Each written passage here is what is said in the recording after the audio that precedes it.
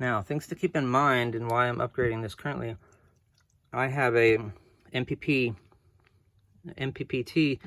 solar charge controller running. There's a 24 volt panel, which is about 46 volts open voltage, runs to the mppt solar controller into here, and it down regulates it to 14.4, which is perfect for charging this, and it works great.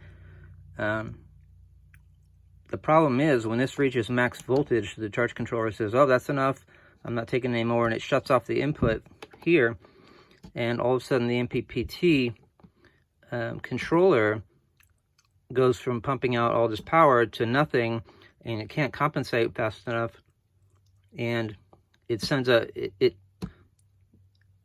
voltage shoots up to open voltage at 46 volts.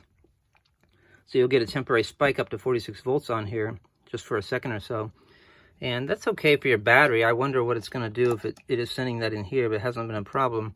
But my inverter was on at the time, so, or if you had lights on at the time as well, instead of being 12, 13, 14 volts, suddenly it was 46 volts, and kaboom, the inverter capacitor blew up.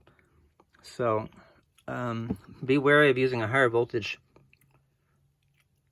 solar panel system. A capacitor would probably fix that if you put a capacitor in here to keep the load, from jumping real quick.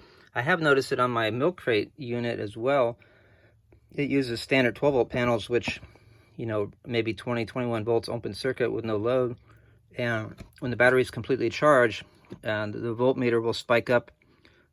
Instead of being 14 volts or so, it'll spike up to 17 volts or so just for a second. And that's more reasonable. It's not going to cause any problems usually. So keep that in mind.